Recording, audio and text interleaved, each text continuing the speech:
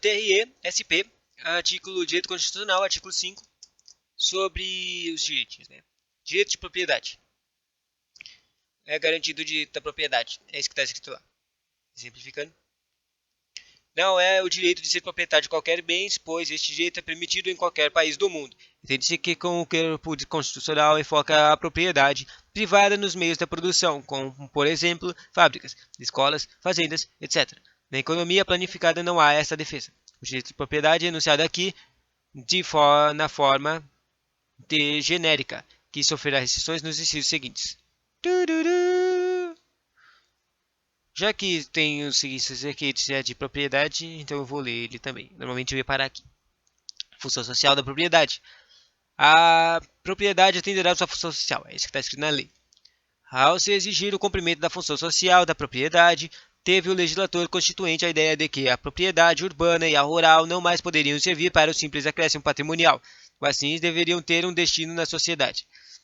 Para se entender esse inciso, é necessário esclarecer que a função social da propriedade varia conforme seja ela urbana ou rural. O artigo 182.2 da Constituição diz o seguinte: a propriedade urbana cumpre sua função social quando atende às exigências fundamentais de organização da cidade, expressas no plano diretor. O plano diretor é um instrumento de política de desenvolvimento e expansão urbana exigido na CF pelas cidades com mais de 20 mil habitantes. Nele são enumerados obrigações dos proprietários de imóveis urbanos e as punições que sofrerão caso não as cumpram. Em relação a propriedades rurais, o artigo 186 da CF diz só outra coisa. A função social é cumprida quando a propriedade rural atende simultaneamente, segundo critérios e graus de exigência estabelecidos em lei, aos seguintes requisitos. O primeiro requisito é o aproveitamento racional e adequado. O segundo requisito é a utilização adequada dos recursos naturais disponíveis e preservação do meio ambiente. Isso aqui é da rural, certo? O terceiro requisito é a observação das disposições que regulam as relações de trabalho. E o quarto e último requisito é a exploração de que favoreça o bem-estar dos proprietários e dos trabalhadores. Legal. Aquelas propriedades que não cumprem a sua função social poderão sofrer desapropriação, nos termos do inciso seguinte. Tem o inciso de expropriação, é o 24, que eu vou ler agora.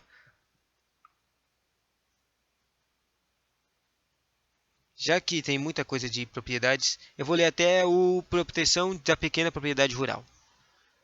Porque depois da proteção contra a pequena propriedade rural começa um teco chamado direito eleitoral, direito autoral.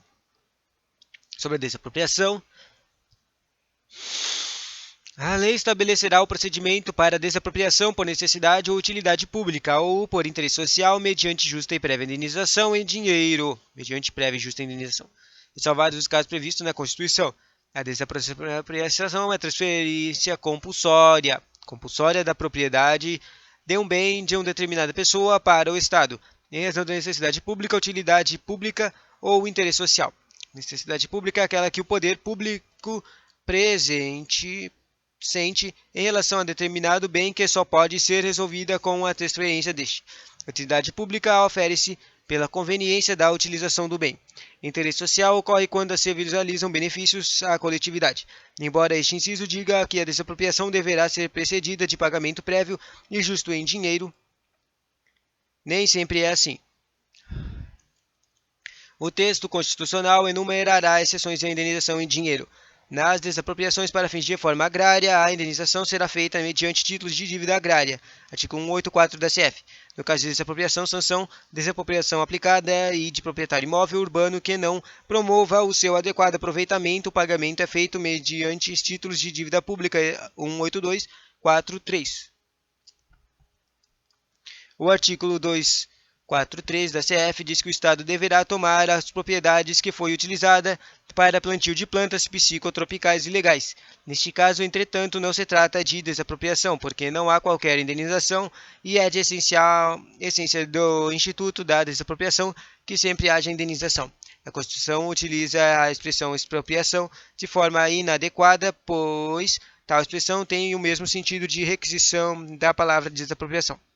Vai aparecer uma coisa aqui que eu nunca vi nenhum carinha falar. A requisição administrativa.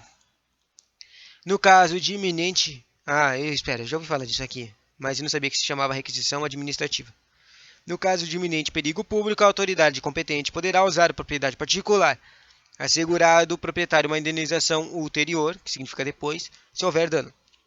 Este inciso traz uma restrição ao direito de propriedade e é a chamada requisição administrativa ou utilização da propriedade alheia. Diferentemente da desapropriação, neste caso, não há alteração do cartório de títulos de documentos, uma vez que não houve qualquer alteração do domínio dono. O proprietário perderá apenas o direito de usar e perderá o direito de posse, que temporariamente passará ao próprio Estado. Ao término do perigo, deverá a administração pública devolver o imóvel e, se houver a constatação de dano, far-se-á um ressarcimento posteriormente. Convém lembrar que, ainda que há uma outra requisição administrativa efetuada em situações e outras que não em iminente perigo, a Justiça Eleitoral, por exemplo, pode perfeitamente requisitar o prédio particular para que nela sejam realizadas eleições. Sobre a proteção à pequena propriedade rural. Para terminar, né? A pequena propriedade rural, assim definida em lei, desde que trabalhada pela família, não será objeto de penhora para pagamento de débitos decorrentes de sua atividade produtiva, dispondo a lei sobre os meios de financiar o seu desenvolvimento. A pequena propriedade rural, de acordo com o Código Florestal, tem tamanho variável de acordo com a região do país onde se encontrar. Penhora é o ato judicial pelo qual são apreendidos os bens do devedor para que por ele se cobre o credor do que lhe é devido. Este inciso protege a pequena agricultor que poderia perder a sua propriedade em virtude de não pagamento dos empréstimos que fez para o plantio. Para que a propriedade não seja objeto de penhora, ela deverá ser pequena e ser trabalhada pela família.